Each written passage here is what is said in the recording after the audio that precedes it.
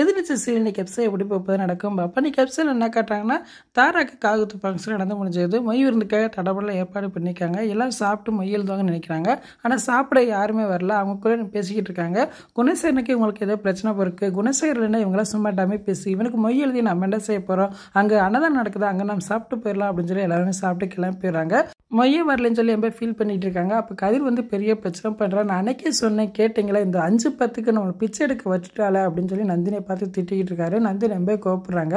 அப்போ குணசேகரனை பார்த்து சொல்கிறாங்க, எனக்கு யாரும் தேவையில்லை, இவங்க மட்டும் போதும், நான் ஜெயிச்சப்பறி எவனா என் வாசப்படி மீச்சிங்க காலை வெட்டிடுவேன் அப்படின்னு சொல்லி குணசேகரனை பார்த்து பேசுகிறாங்க. உடனே குணசேகரன் கோவப்பட்டு கிளம்பி போயிடுறான். அதுக்கப்புறம் கதிர் சமாதானப்படுத்துகிறான் நந்தினியை. பிறகு எல்லாருமே சமாதானம் ஆயிடுறாங்க. அவங்க மாமாட்டெல்லாம் காலைல கெஞ்சுறா, என்னை மன்னிச்சிருங்க மாமா அப்படின்னு சொல்கிறாங்க. அவங்க மாமாவும் சொல்கிறாரு, அதெல்லாம் நான் அப்பயே மறந்துட்டேயா, அதெல்லாம் நினைக்காதையா அப்படின்னு சொல்லி அவங்களுக்குள்ளே பேசி சமாதானம் ஆயிடுறாங்க.